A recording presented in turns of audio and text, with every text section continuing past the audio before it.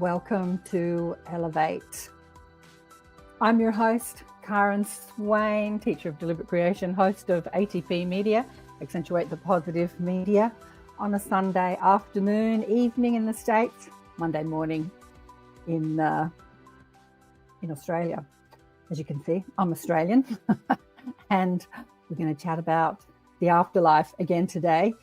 You're listening to Elevate on the United Public Radio Network and the UFO Paranormal Radio Network on 107.7 and 105.3 FM syndicated radio, all over the place, streaming on around 8 different internet platforms today.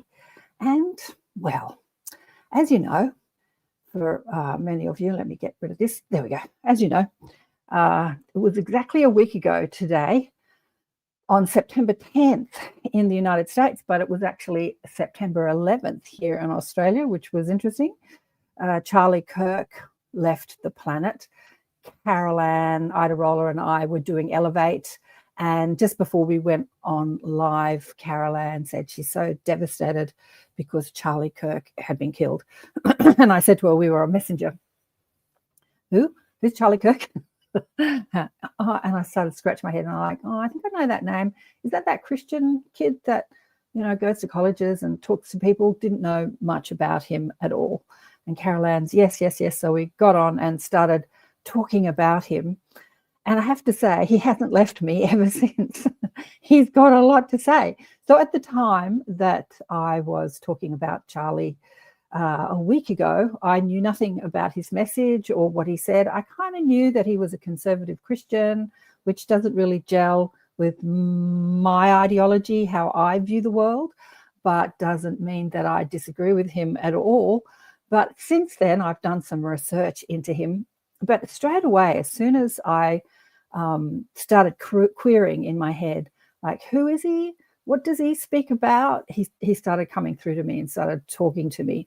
And I was very skeptical about that. I was thinking, no, surely I'm not talking to this guy. I don't even know him, as if you have to know people to speak to them in spirit, which is kind of interesting. You don't at all. As I said to Carolann last week, the less you know about them, the better, because you haven't got any opinions about them. So during the week, I formed some opinions because I looked him up and started listening to what he said. And he was still talking to me in my head. And I came up with some ideas about what I thought he would say about some of the stuff that he said. But I wanted to make sure that it wasn't my opinion that was overriding what I'm thinking that Charlie Kirk was saying to me. Because as good as a medium as anyone is, or a channel, we're always filtered. It's always filtered through our own mind and our own opinions. There are some channels that are completely moved out of the way so that can't happen, trance channels, for instance. But when you're just like me, when you're awake and you're conscious, it's always filtered through your mind. So that's why I say the least you know about people, the better it is to actually bring through their message, because it's not coming through your opinions. But a lot of what Charlie Kirk was saying, I wasn't aligning with. And I was like, wow. But I just kept looking and looking. And of course, it's all over the news today. They're all talking about the killer and who he was and the text messages. And it's endless, the news about him. I mean, this is not going away anytime soon. As I discussed with Carolann, when you go out in such a big way, it's talked about for decades to come, probably centuries. I don't know how long, but it's talked about.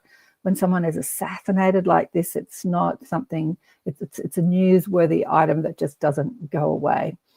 And so this is what Charlie was saying to me as I was talking to Carolann last week. He was saying it was all prearranged. It was a sacred contract or a sacred agreement. And one of the things that he said was that in life, as in death, he was really passionate about getting attention, getting his message out, getting, being listened to, being heard. And even though I hadn't heard of him and many other people hadn't heard of him, I'm kind of away from the political scene in the United States, here out in Australia. And I'm away from the conservative sort of Christian scene as well, being sort of someone that channels spirit and talks to spirit and talks about spirit guides. I don't think the Christians, come at that too easily. Most of them, many of them, not all of them. But I'm away from that. But a lot of people aren't. So I quizzed him. And I'm like, well, what was this all about? What was this lifetime all about? And he was telling me. And I wanted my opinions to be right. But they weren't necessarily right. Because as I watched some of the things that he said, I'm like, oh, that's a bit harsh. I don't agree with that. I don't agree with this. I'm a bit more. It's funny, in Australia, our political Liberal Party, we call them the Liberals. There's the Liberals and Labor, but the Liberals are the Conservative Party, and Labor are more like what what people in the States call the Liberal Party. So the Labor Party stands for the working man, and it is very much into arts, the arts. They put a lot of money into arts and culture, whereas the Liberal Party here in Australia is more about finance and business, and so it's quite opposed. As I say, the Labor stands up for the working man, and that was back in the day, 100 or so years ago, whenever it was. They were the ones that were very behind the unions, making sure that the working man gets fairly paid and all that sort of stuff. And whereas the Liberals here, the more Conservative Party, are more about propping up big business so that you can employ the working man. Neither are right or wrong. It's just a difference of opinion. But in the States, I notice when I'm watching stuff online that you call the more Labor Party, you call them the Liberals, and it's kind of confusing, because every time I hear people say the Liberals, I'm thinking of our Liberals here in Australia, which are the more Conservative Party. So it gets a little confusing. So it's funny in the States, when you think Liberal and Labor, you think of your opinion, but when you talk to people in other places in the world, that word doesn't stand for what it stands for. So, as I said, let's get back to Charlie and his message and what he wanted to say. I hope I'm streaming. No one's online talking to me. I did mess this up. I put it on for 8:30, where we normally go at 8 a.m. here. So normally Kristin joins me for this time slot. And when I say normally, this is a new show. We've only been going for about 5 or 6 weeks. But she didn't want to talk about this topic either. It was not something that she wanted to talk about, which is fair enough. You either loved him or hated him, but as I'm watching the response across the world, he was so adored and so loved. And I'm chatting to him and asking him about that, and asking him about his very divisive, polarized opinions. And this is what he said to me. He said that in a world such as this, where we're still very divided, and what gets attention is that polarized opinion. When you agree with everybody, you're not going to get a lot of attention. But when you debate people, and he was a very divisive, polarized personality, but he said to me that that was for a purpose, because his mission in this lifetime, and in the afterlife actually, was to get attention to his movement, to his message. And I asked him, because I looked at a lot of things he said online, I asked him exactly, what is this message that you want to get people listening to? And he said to keep people talking, to not get so fixed in one point of view, and to get debate happening, to get conversations happening, to keep people talking.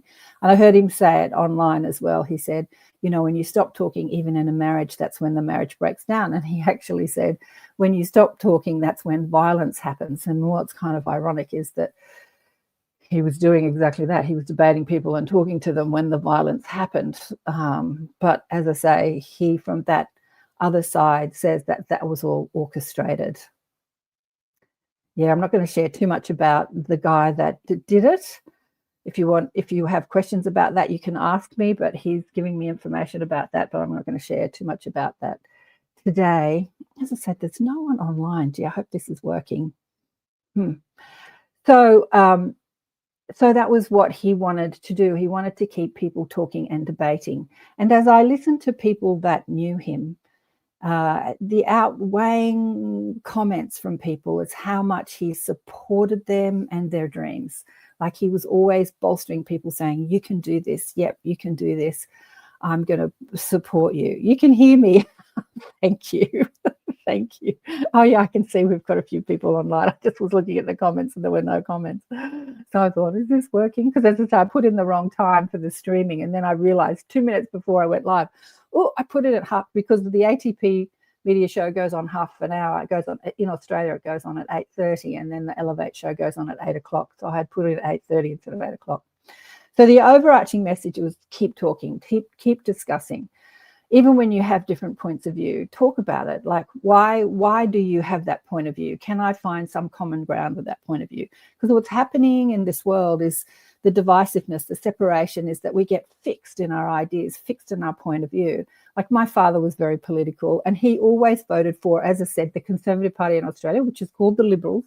And he was a staunch Liberal man, and he didn't even want to hear what the other side said. This happens, he died over 20 years ago, but this is what happens in politics. You don't even want to hear what they have to say because they're wrong and your side's right. It's the same with sport. It's like we're wrong and the other side's right. You want to stick to our point of view. But the overarching message that he was bringing is to have these debates, to like listen to each other. I have to say, when I was watching him online debate people, I wasn't thinking that he was really listening to what they had to say. He called it a debate, but he had his very strong ideas and point of views, and he just wanted to get across his point of view. So what he's saying, what he's saying is that he had a public persona and he had a personal persona, and he was saying that when he was talking one-on-one with people outside of the public eye, he was much more open to listening. But when he was in the public eye, he would have those ideas changed. And I think a lot of ideas did change, especially towards the end of his life. It's funny to say to someone who's 31 at the end of their life. He had conversations and with people that changed his mind about a lot of things, especially around politics. I don't know too much about religion. He was quite staunch in his point of view around Christianity and religion. But especially around Israel and Jewish people, it's kind of funny because he was someone that was always saying, Christ is Lord, Christ is King, Christ is our Savior, he's going to save you. And from my perspective, from the spiritual perspective, the secular spiritual perspective, the non-religious spiritual perspective, Christ says to me, nobody needs saving. I wasn't here to save anybody. I didn't proclaim myself as Lord. This is all very much the Christian vernacular around Christ, that, Christ is Lord, Christ is my Savior. His message, Christ's message, or Jesus's message, was very much look within and find God within rather than find it through me. But the church has said only through me can you find God. So there's a vast difference here.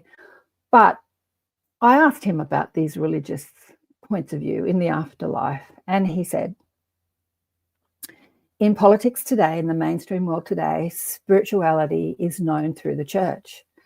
If I had said to people that I'm channeling the Arcturians or the Palladians or speaking to my spirit guides, and I wanted to be a voice in politics, people would just throw me out straight away because they not yet have people evolved to that understanding. They understand spirituality through the church.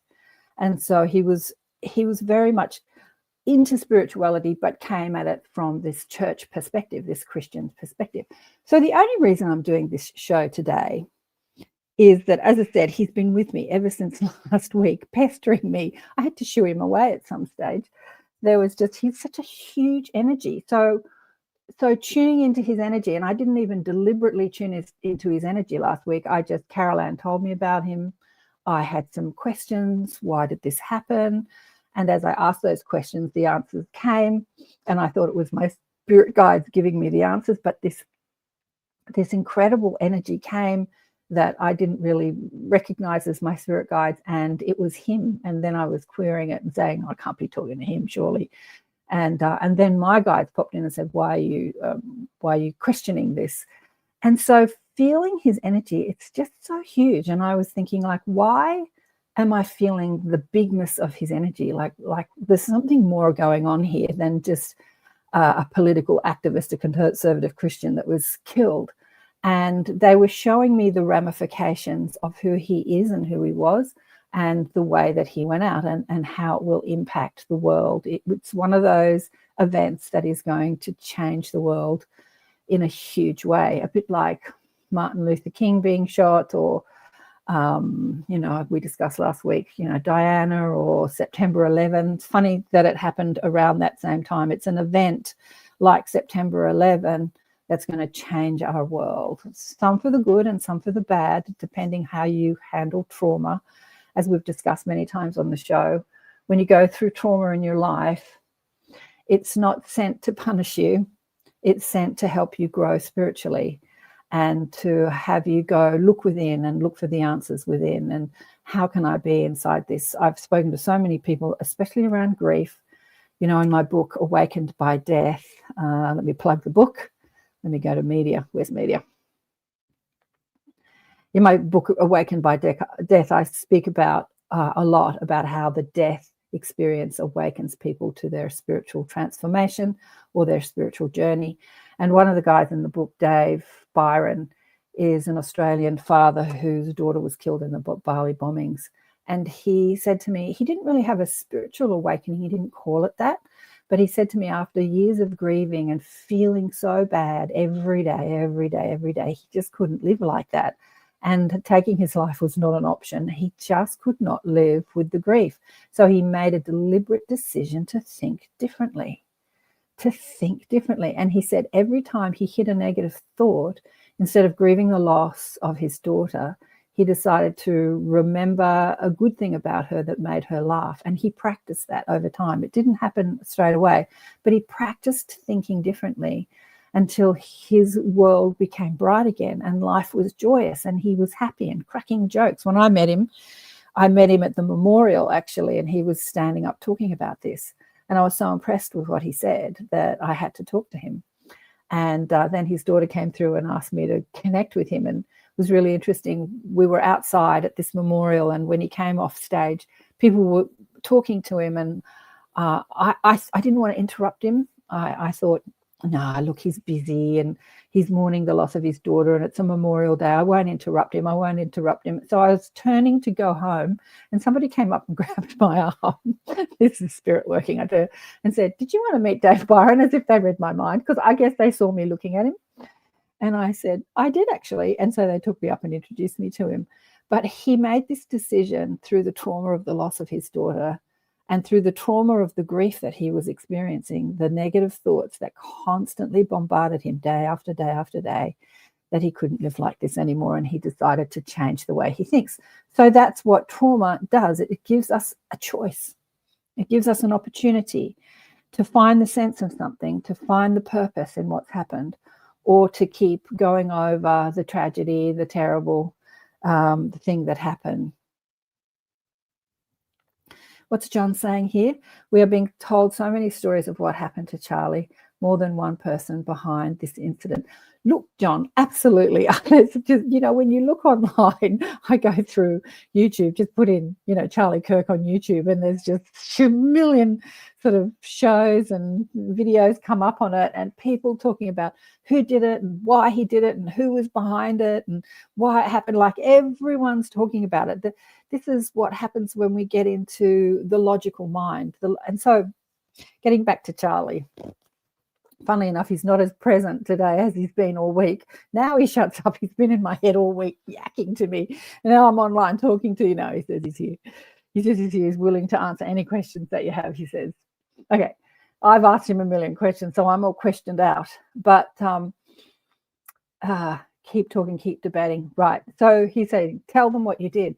So when I saw things that he said that I disagreed with, instead of writing him off as someone I disagree with, and this is what we do as humans, like, nope, I don't agree with what he's saying, I kept looking deeper and deeper and deeper. And like, why did he say that? And a lot of people said that he was very hateful and he said terrible things. But when you actually look at what he said, he was rude. I have to say, he was rude. There was one thing, he was debating some woman, she started ranting, and then he just cut her off when she started ranting. Well, I can understand that. I've had that happen a few times. She just started throwing insults at him. You're not listening to me. You're not listening to me. You're not listening to me. Not really asking a question, just ranting. And then these big burly sort of security guards sort of pushed her out of the way, and it looked kind of rude and not very nice. But I guess that when you're trying to speak to thousands of people, there has to be some sort of coordination there. But he had his opinions, and he wanted you to know them. He wanted you to know what he thought. He said it was a debate, but as I watched a lot of his stuff, he wasn't really debating with you. He just wanted to prove you wrong. But he did ask you, prove me wrong, prove me wrong. And I said to him as I watched all this stuff, oh, I would have loved to have had a debate with you. I would have loved to have a debate. What happens when people debate and they come at you with their opinions? They get very emotional about it, emotional in they're sort of like angry that you disagree with them. And when you're in that emotion and you're angry, hey Heidi, how are you? When you're in that anger and emotional, you can't debate with someone in a way that it can be heard. And so what Charlie did is he stayed cool, calm, and collected. He stayed connected to what he believed, and as everyone said, he was very intelligent. And in that intelligence, he was able to just shoot people down. And the people that were wanting to debate him had no hope of getting their point across because they were just emotional. And he was in his sort of logical mind and asking them questions from a logical perspective, and they couldn't come back at him. And he did that over and over and over again. And so as I'm watching this, it looks rude and it looks mean and nasty. But I'm like, why did you do that? And he's saying, makes people think. It makes people reassess how they think. It makes people look at how they present something and how they verbalize what they know. This is really interesting. As somebody that's been on air speaking about spiritual things for a long time, when I work with clients and they have a spiritual awakening, there's a big distance between knowing what you know because you've had a spiritual awakening, either you've had an NDE or in meditation you've had some spiritual experience, and be able to articulate what that is in a way that it can come across to the other person. This is one of the most difficult things you can do, actually.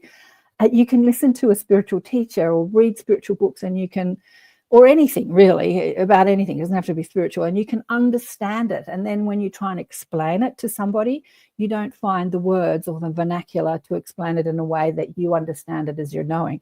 And that's a skill. That's a real skill. And so he was telling me that. He was telling me that he was teaching these kids, like when they stood up for what they believed in, they didn't have a way of verbalizing to articulate in a way that would come across as a debate that would sound feasible and understandable. And so they'd come away from the exchange thinking, I could have said that better. You know, when you're in an argument with somebody and you're saying things, and then after the argument you said, I should have said this and I should have said that, and I could have got my point across this way and I could have got my point across that way. Basically, that's what he's saying. What he's saying here is his wife going to become much more prominent and well known in the upcoming years. I'm asking him this question because I don't know. And he's saying yes and no. He's saying there's a fire underneath her at the moment, which will burn out for a while as she starts to think more about looking after herself and her children. And but basically, yes, this incident will affect her in ways that will be ongoing, ramifications that will be ongoing. But there is a fire underneath her at the moment where she wants to act from anger, but that will burn out. And then as it sort of simmers down and calms down, she'll get more into the domestic duties of looking after her children and looking after herself. She'll definitely a big force behind whatever, his team gets up to, whatever they do. One thing he does say to me, though, is that, he's not finished with this world, and he'll definitely be back. Let me have a look at what Isabella's saying here. Does Charlie still believe this? I think it's worth to have a cost of some gun deaths every single year so that you can have the Second Amendment to protect our other God-given rights to own guns. So I just got no straight away. he's saying to me, this is something that I argued with him about in spirit. I'm having that debate with him in spirit. I'm saying, is this just my opinion coming through, or is this really how you think now? And he said, he reminded me of the conversation I had with Prince after he died. So Prince, according to another medium, was the reincarnation of Saint Germain, which made perfect sense to me. Again, Prince was somebody I paid no attention to when he was alive. It was hard to ignore him because he was everywhere. And when I was growing up, his music was everywhere. But it was not something, I wasn't like a huge raving fan when he came out to Australia. Actually, not long before he died, I remember a girlfriend of mine said, oh, I went to the Prince conference. I'm like, concert. And I said, really? Why? Well, he wasn't something I was tuned into. And then when I spoke to him after he died, I realized he's like this ascended master, and he'd been reincarnated as many different amazing people on earth, one of them Saint Germain. And I'm like, whoa, really? And then when you look, Saint Germain's all about the purple flame, for those people in the spiritual community that understand the purple flame, Saint Germain. And Prince used to wear purple all the time and talk about purple rain. And he used to dress in the outfits that was the era that Saint Germain lived in. He used to have those sort of velvet long jackets and the frilly shirts and stuff like that. And it just made perfect sense that he was Saint Germain. So I asked him, I said to him, and this is something that Charlie gave me the memory of, because I asked him that same question. I said to Prince, if you're an ascended master here on earth, what was the thing that challenged you the most being human? And he said the human ego. He said it's really easy to get the human ego slip you up. He said there were times as a rock star that he let his ego run away with him, thinking that he was better than others. It's an egoic stance. It's any thought that makes you feel separate to anyone, whether you feel less than or better than. It's a thought of separation. That's the point of the ego. Heidi's saying yes, and Charlie's basically saying the same thing. Because he was so highly intellectual, he let the intellect inform him instead of the heart. One of his missions here was to connect the intellect and the heart. And one of his missions actually here was to do that inside politics. So politics is very, head-centered and not so much heart-centered. And one of the things, like the reason he was such a staunch Christian, he wanted to bring that spiritual attribute back into politics, because I think that, politics, Christianity or religion used to rule politics in our history, but it was corrupt politics, corrupt religion, because they were saying, God deems this and God deems that, and God deems that you're a bad person, so behead them and all this sort of stuff. So at some point, and I don't know when, maybe some of you know, they separated God and state, and then there was religion, and then there was politics, and they didn't come together. And so that, when the head is not connected to the heart, and really spirituality is around the vortex of the heart. That's what Jesus Christ spoke about, the heart, the heart, the heart.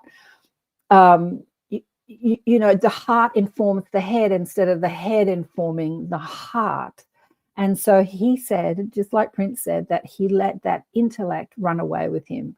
And when he had ideas, but he always said he was open to debate what he believed and to come back to the heart. That staunch Christian or religious ideas that he had always brought him back to the heart. He also told me that had he lived longer, he would have worked this out and been much more open and much more heart-centered in later years. But that wasn't his spiritual contract in this lifetime. But his spiritual contract was to bring spirituality back into politics. He did it in the form of religion.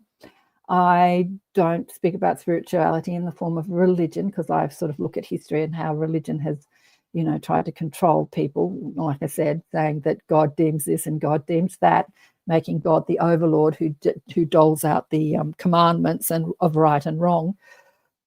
And when you speak to dead people, when you have NDEs, you realize that there's no overlord deeming out commandments of right and wrong. I know that Charlie was very much into his morality.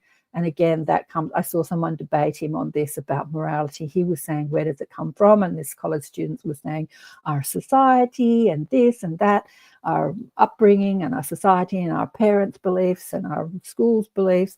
And I think that Charlie wanted to say morality comes from God. God has the the end say what's right and wrong. That's what the church says, but actually that's not what when you speak to spirit guides and people on the other side, they always say that you are given free will to believe in anything. You can create heaven or hell on earth depending on what you believe. And so there is no right and wrong. There is just what you're choosing to believe. And most people, when they live a life, any life really, they want to feel that reconnection to their source. And that reconnection to their source is that reconnection to feeling good. Because as I discussed with Carolann last week, we spoke about spiritual connection and maintaining a spiritual connection. And it's about maintaining that connection to feeling good. So often when you're making people wrong, you might feel good in the moment of feeling like you're right about something and they're wrong. But when you really drill it down, making someone feel wrong never really feels good. Think about having a conversation with where you're in alignment with somebody and how exciting that is. And you discover new things together. I do it on the show all the time. I put people on the show who are of a similar ideas about the universe as me, and they've had experiences that I haven't had, and they expand my point of view and I expand their point of view, but we're in alignment with what we're saying. And the exhilaration and the thrill of that conversation is just so enlightening. It's so beautiful. That's why I keep doing what I'm doing. But when you're having an argument with somebody and you're making someone wrong, you might feel good about being right, but it never really feels good. So your ultimate guide is not some overlord telling you what's right or wrong. It's that feeling within you being in alignment with your source. When you're feeling good, the better you feel, the more in alignment, the more connected you are. And he's agreeing with me, and he was saying, yes, I was coming to know that. Yes, I was coming to know that. The overwhelming thing that I noticed online, rather than talking to him in spirit, was how much love people had for him that knew him personally, and how much respect they had for him. They said, he helped me do this. He helped me get my first job. He encouraged me to do what I liked. And the energy I feel from him, like him or hate him, is kind of like this father energy, as we understand fathering energy. It's like a nurturing, it's like somebody that's rooting for your dreams. I can't even describe what a fathering energy feels like, but it's this overarching protection, nurturing. He really held that sort of fathering energy, which was really interesting. Oh, I'm not looking at this. Heidi says that makes so much sense. I met Prince. What are you saying here? I met Prince way before he became famous. Did you? My mum's best friend's daughter's dated his drummer. Oh, there you go, Heidi. That's so cool. Yeah, Prince was amazing to talk to after he died. And I paid no attention to him when he was alive, but after he died, I'm like, whoa. And then I was like looking online, much like I'm doing with Charlie Kirk, looking online, like, who are you? Who are you? And listening to what people said. But I remember one guy who said that he lived with, he worked for Prince. And he said that people who lived in the house with him used to see him walking down the hall and they'd say, I'd swear he was floating. I swear I didn't see his feet touch the ground, which you can write off as like, they worshipped him. He could walk on what he could do no wrong. He could walk on water. But when you spoke to his spirit and you realized how huge he was too, it's like, I believe these things. Is there anything he would like to say about President Trump from a spiritual perspective? Yeah, that's interesting. Okay, so what he's saying straight away is he's saying, like me, Trump has a job to do. Like him or hate him, everyone in history that is big like this, even Hitler had a job to do. Like him or hate him, most people hate him. Everyone has a job to do, but Trump has a job to do. I don't really know much about Trump's politics either. To tell you the truth, I can't really listen to him talk online. I don't love him and I don't hate him. I feel from that spiritual perspective, there's something going on that my logical perspective doesn't really understand, my human perspective doesn't understand, but it is big. And in history, we'll look back at this time and we'll say, this happened because of this incident, like things changed because of this incident. We are in this exponential shift in our world, moving, as I say, from that ego-centered opinionated, separate consciousness into a more unified consciousness, bringing the head into the heart, letting the heart inform the head instead of the head inform the heart. And there are people in place that are stirring up the world, stirring up people, creating chaos, that is helping people come back to their heart, because staying in their head is just too painful. A bit like what Dave Byron said to me, who was in my book, you know, staying in that judgment and that grief, being angry at the people that put the bomb in the nightclub that killed his daughter, and being angry at the terrorists, and staying in that this shouldn't happen, these are terrible people, staying in that judgment. It's just too painful. And you can't live with that pain. So you have to change yourself. You might not be able to change the terrorists, but you can change yourself. And so, as we've discussed on the show a lot of times, the chaos is ramping up in the world because it's bringing to the surface a lot of the hidden subconscious belief systems that the world has been running on. And a lot of them is, you know, a lot of those systems is that I'm separate to you, and if I feel separate to you, then you mean nothing to me. You know, like when I was talking to Carolann last week, and we were talking about Lady Diana, Princess Diana, when she died, I couldn't believe how many people were mourning, were so upset, emotionally upset about her death. And I had this thought, they didn't know her personally. Why are they so upset? And within 24 hours, I'm bawling my eyes out too. It was like this energy just caught me, and I was just crying and crying and crying. Everyone was crying, and somebody said it opened people's heart chakra of the world. Maybe it did, but, you know, is opening this heart chakra a sad thing? Does it mean that we have to cry, or can we come at more compassion with people, like listening to what people have to say instead of staying staunch in our point of view? So it's interesting that I'm just checking in with him. It's interesting that he was so staunch in his point of view, and yet he kept saying he wanted to discuss and debate people. He wanted to discuss and okay, he's reminding me that debate that he had, where he came at people with that intellect, with that sharp intellect, and he made people think, how can I get my point across in a more articulate way, really sort of help people think that way. He wasn't an advocate of college, and yet he was making kids on college campuses think in ways that many of the university professors were not. Because what happens when you go to school, you rote learning, right? You're not debating with, well, they're showing me that there are many kids that are debating, but it's not really the curriculum to sort of challenge the information you're given. You're just given information, and it's said, like, learn this is right, rather than saying, what do you think about this information? Do you think it's right or wrong? So this is something that Charlie was wanting college kids to do, was to think about something rather than just rote learn something. I think that you know, the LGBTQ plus community were angry at Charlie because he had these very Christian point of views and morals, morality. But at the same time, what time is it?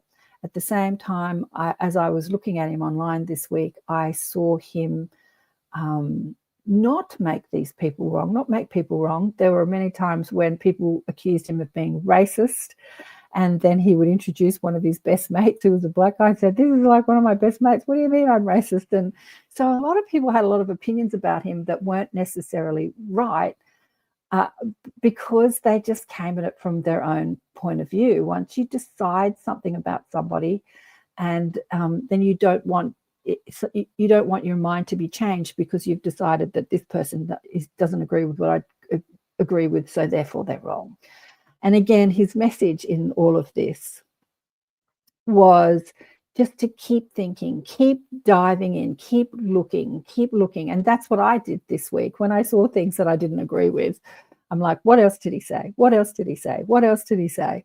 And and he says to me, again, I'm going to repeat this, that he polarized it because that polarization, that divisiveness created attention, and he wanted to attract attention. And boy, has he done that. I mean, God, you know, I don't even know who he was. And they're having these parades, and people are writing songs about him. I think I've seen at least a dozen songs online. People are writing songs about him. They'll make movies about him. It's like he was like this famous rock star. Kerry, almost seems like the name Turning Point has a new meaning now. Oh, what do you mean by that? I remember there was in Australia, there was I don't know if it still exists, a personal growth program called Turning Point, where you would go and look at yourself and start looking at, what you believed about yourself and having those that turning point. I think there's even a movie called Turning Point. What do you mean that Turning Point has a new meaning? I don't really know the politics behind Turning Point at all. I haven't gone that into it, but I'm asking Charlie now, and he is saying, he's basically reiterating what I said. The turning point is to let the heart inform the head rather than the head inform the heart. He said there were many times where he failed to do that, but he always came back to the heart. He always came back to the heart, and he always reassessed his opinions. Not all of them, he's saying, not all of them, but he was young.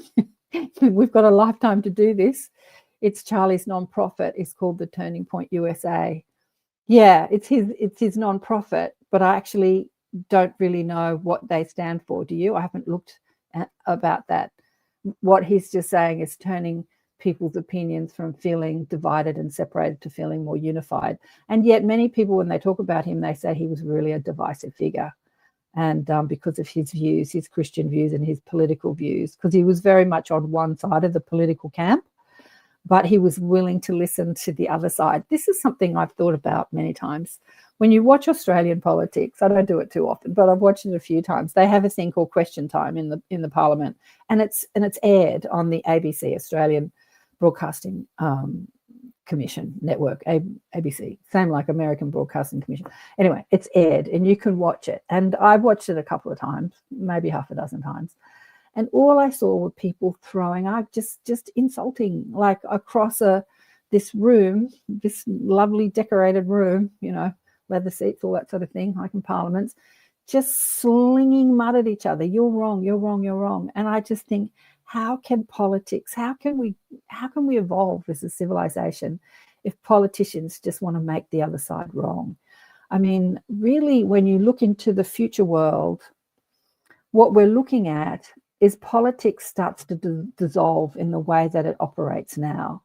And really that democratic not opinion, but idea, concept becomes more truthful. Today, we call this a democracy, but it's actually not a democracy. They just like you to think it's a democracy, so they create an appearance of a democracy, but it's not a democracy. But in the future, there will be a real democracy where there will be a group, a council of people that oversee the world, but it really listens to the people. And there is no one side or the other side. There is just a group of people that come together that listen to what the people want. And it's decided upon, but it really comes from a more spiritual perspective, a more unified perspective than what we've got today in our politics all over the world. I think Western politics, as corrupt as it is a lot less corrupt than East, like politicians across the world in Eastern countries. I don't know if you've seen the news in Nepal. Nepal's people have overthrown their government. They burnt down parliament. They kicked out the government because they were so corrupt. This has happened many times in small countries like Nepal, where governments have been overthrown by the people. The people are just unhappy about the corruption within the politics, because they said they started this new party years ago. I was listening to it the other day, and there was this group of people that were politicians, and they just were like getting all the wealth of the country, and all their kids were really wealthy, and they were living these lavish lifestyles, and then the people of the land got really angry because the politicians were rich and their children were rich and their friends were rich, and they just got so angry that they just burnt down the government and they kicked them out. I mean, because it was so corrupt. So when you look at Western politics, maybe it is as corrupt as the Eastern politics. Who knows? I don't know. I did meet a politician in 2020 who talked about career politicians versus real politicians. And I said, tell me about that. And she said, oh, most people go into politics because it's a career and they're going to make a lot of money and they're going to get a lot of status. But then there are like real politicians that actually want to make a difference in the world. She said, they're few and far between. It's mostly the career politics. You go into politics because it's considered, a status job and you'll earn good money. So, yeah, the political climate of our world really needs to change. And I think both Trump, love them or hate them, and Charlie were a part of that. We're at the beginning of this stage and where a lot of the corruption is being exposed. A lot of it's being exposed and they're a part of that. As I say, love them or hate them. Moving to a world where the heart informs the head rather than the head informing the heart. Any questions? Any more questions? I'm just going to remind you all that you're listening to Elevate. Elevate consciousness, the awareness shift, waking the quantum self. And we are chatting about Charlie Kirk. I said I was going to chat about Robert as well on the United Public Radio Network and the UFO Paranormal Radio Network, syndicated radio on 107.7 and 105.3 FM. Through the Gulf Coast and New Orleans and all over the place. We're on 8 platforms today. Robert Redford has just left the planet. He has not, I have to say, he has not come through as clearly as Charlie did. But I did have a little bit of a chat just before I went live, and I connected with him and I got him. Not as strongly, but I got him. And I said, what would you like to say? And he said his activism and his political stance was more important to him than his acting career. When you look online, everyone's going to show you how handsome he is and talk about what movies he was in and talk about what movie stars what leading ladies he worked with. And all the leading ladies are going to talk about how it was to work with Robert Redford and how it was to get, that will be the conversation that we're focused on. And he wants to say that he was much more passionate about his activism and his political stance. I don't really know what his politics was. He was probably conservative too, but he was very passionate about climate change. Some people say there's no such thing as climate change. Some people say it's the most important thing to talk about in the world, but that was much more. He was a thinking man as well. He used that public stage of being an actor. He really enjoyed being an actor. He said he loved it. He was like the thinking man's actor. And you can see that in the role. So interesting, because only the other night I was looking for something to watch, and I rewatched Out of Africa, a movie that I had seen a million times. I watched it because the woman, Meryl Streep, plays the woman in it, and she's from Denmark, and her name is KAren. And she introduces herself as Karen. This is why I love this movie so much, because my mother called me Karen as well. It's the Scandinavian pronunciation of the name Karen. And every time she introduced herself as Karen, everyone called her Karen. I always think to myself, I know how you feel, love. But at the end of the movie, I taped it actually, she's leaving Africa. It's a tragic movie, but Robert Redford stars in it. And she asks her manservant, she says, you never say my name.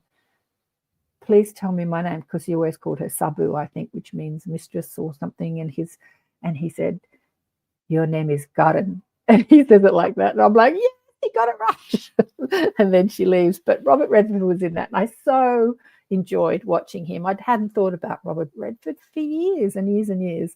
And I watched Out of Africa. And there he was, the beautiful Robert Redford. And 2 days later, he leaves the planet. When I saw the news, I thought, really? Is this true? Is this true? Why would I doubt it? But yeah, so his message is that he used his Hollywood career to get attention to really what he wanted to talk about this planet. And he says he's not finished with this world either, that he'll be back. So yeah, any other questions about, do you want to chat to either of them in spirit? I'm going to do a Spirit Speaks again soon, and we'll do talking to people on the other side, what they've got to say. I'll invite somebody else to come on with me who can do this as well. I'm just asking Charlie if he has a message. He's saying, don't let your hatred override your view of this world, inform you. Don't let your divisiveness, your opinions of right or wrong, override your loving heart, your desire to feel connected, to feel heard, to feel like you belong, that you belong in this world, that you belong to each other. Don't let the opinions, your opinions or the opinions of others, tear you apart from your friends, from your family, because a lot of this is going on within families. I just said to him then, it's all in the negative. Don't let. And he said, yeah, it is. I said, can we put it in the affirmative? Yeah, a lot of people have different opinions about things, and they let those different opinions tear them apart. They don't speak to each other because they have differing opinions. You can always find, he says, you can always find a common ground. I've been swimming with a friend of mine in the mornings. He's in his 80s. He's completely informed by the legacy media. He believes everything that comes out of their mouth. And so we have different opinions on many things. We never convince each other that the other side is right or wrong, but it doesn't mean that we're not friends. And so what I talk about with him, rather than sort of political stuff, stuff that, because he doesn't believe in anything I do, he doesn't believe in psychic ability and all that stuff. He sort of listens, but he doesn't believe. We talk about things where we have common ground, and that's where we maintain our friendship. What are you saying here, Isabella? Charlie was adamant and very vocal that the Epstein files should be released. Does Charlie think that Trump will ever release them? Well, the first word I got was no. He's laughing. But he said that they will be released. And he said that the majority of them have been released. And he's laughing because he feels like that's so unimportant in the greater scheme of things. Okay, he's saying that that's just more of you can let the uncovering of corruption is being uncovered. My guide said to me years ago, what time is it? We've got 10 minutes left, that the light is expanding on planet Earth, and as more light energy hits the earth, it uncovers all the darkness. And they explained it to me like this. They said, remember when you were young and you went to the disco? It wasn't really the disco, the nightclub, and maybe you stayed there all night, and in that dark room with lights, and everyone looks beautiful, and then at the end of the evening they put on the bright lights and kick everybody out of the pub or the disco or the nightclub. And when the bright lights come on, you see all the dirt everywhere, and everyone doesn't look as beautiful as they did in the dark lights. They just use this funny analogy to make me laugh. They said it's a bit like that. It's like when the lights are turned up, you get to see all the dirt, and nothing looks as beautiful when the lights are really bright. And they're saying that this is that's what's happening on planet Earth now. A lot of things are being revealed, so we can get focused on the corruption and be into that's terrible and that's awful and this is good and bad, or we can get focused on how the light is illuminating this world. We can't let go of corruption until we see it, because when it's covert and hidden and it doesn't exist, it doesn't go away. It has to come to the light to leave. And so this is what's happening on planet Earth right now. And he's saying that this assassination is all a part of that. As I said last week, Leslie said, I, regardless of what his spiritual contract was, I don't want to live in a world with this kind of violence. So again, that is the prayer of many people. I don't want to live in a world with this kind of violence. And so how do we not live in a world with this kind of violence? Who do you have to be to create more peace on earth? I mean, who do you have to be, and how do you spread that love and that peace? I mean, who do you have to be to spread that love and peace on earth if you don't want to live in a world with that kind of violence where somebody kills another person because they don't agree with them for their opinions? Who do you have to be? Not for their actions, but for their opinions. Interestingly enough, as I was chatting to the mob, the guides this morning about that, I saw somebody say it's unfathomable that somebody could assassinate somebody just because of his opinion, that they didn't agree with his opinion or his ideas. And they said to me, every murder, every crime, every war is all over ideas and opinion. It's all about opinion and ideas. And I'm like, it is, isn't it? Like, you have an idea that the other person's wrong, so you kill them. And then that person says, you've done this terrible thing to us, so I'm going to retaliate. And then you kill them. And then this other person says, you've done this. And it's just this chain of pain that goes back and forth and back and forth. Look what's happening in, Israel and other places, Gaza. It's all about opinion. It's all about opinion and divisiveness and making the other person wrong. Whether it's wrapped in religion or wrapped in politics, it's all opinions. So how can you live in a world where you're the peacemaker? You can see both points of view. You can see both sides. You can find common ground even when you disagree with somebody. He's making me cry. So if anything is divisive and polarized as a personality that he was, this is really his message. Because I kept saying last week, his message will be heard, will be remembered.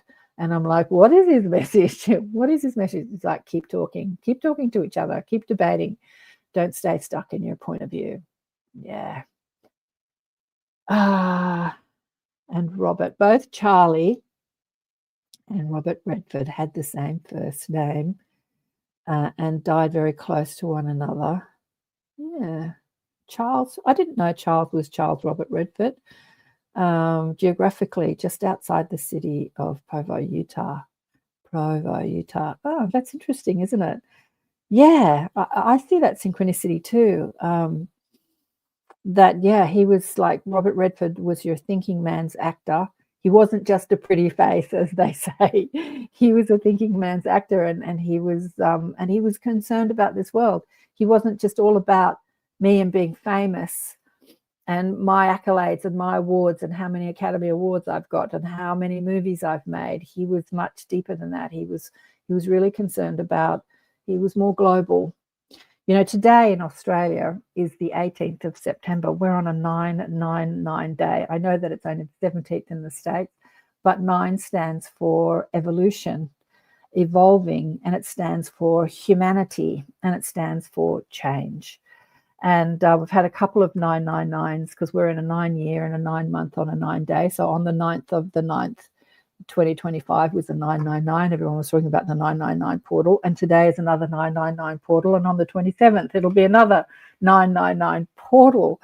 So in numerology, 1 stands for self and 8 stands for infinity. And it also stands for business, the way the world works. Some people say that, the Chinese say that the 8's very much about money and prosperity. And a lot of numerologists say that too. But the way the world works, the business of the world, and how, where you stand in it. And together, that the business of the world and where you stand in it, the self, they come together and create the 9, which is about all of us, about unity and humanity.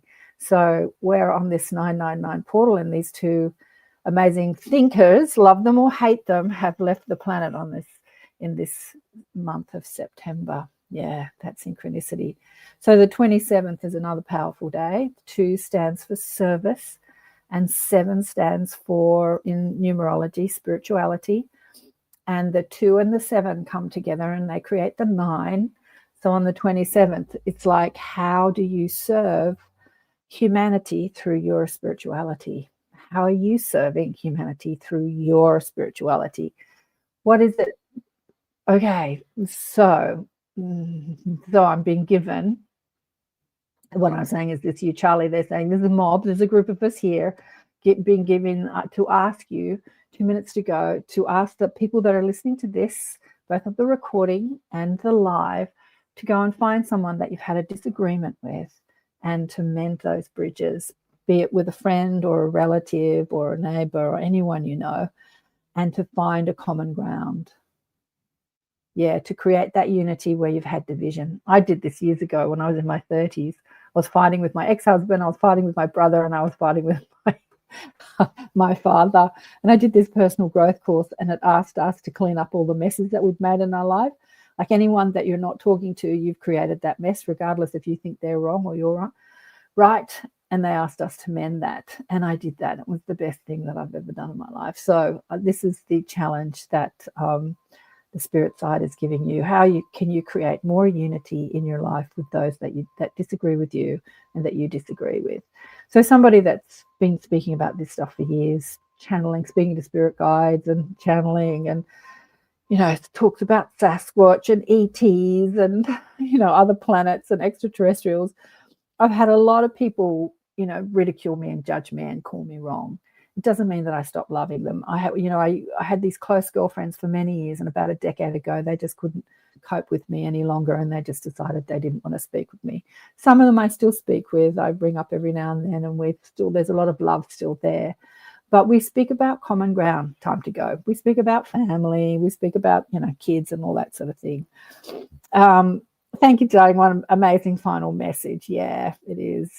Thank you. Thank you for listening. And I hope that you can find the beauty in this horrific incidents, because that's the message that's come through. Where can you find common ground with people that you disagree with? Big love to all of you. And coming up on ATP, we're going to talk ETs this Sunday evening, Monday morning in Australia, Sunday evening, 6:30 p.m. Eastern time, 3:30 p.m. Pacific time. We're going to talk the Ponti, who are ETs that have been living on Earth and been visiting Earth since before humans were here. And we're going to speak to a couple of people who are in direct communication with them.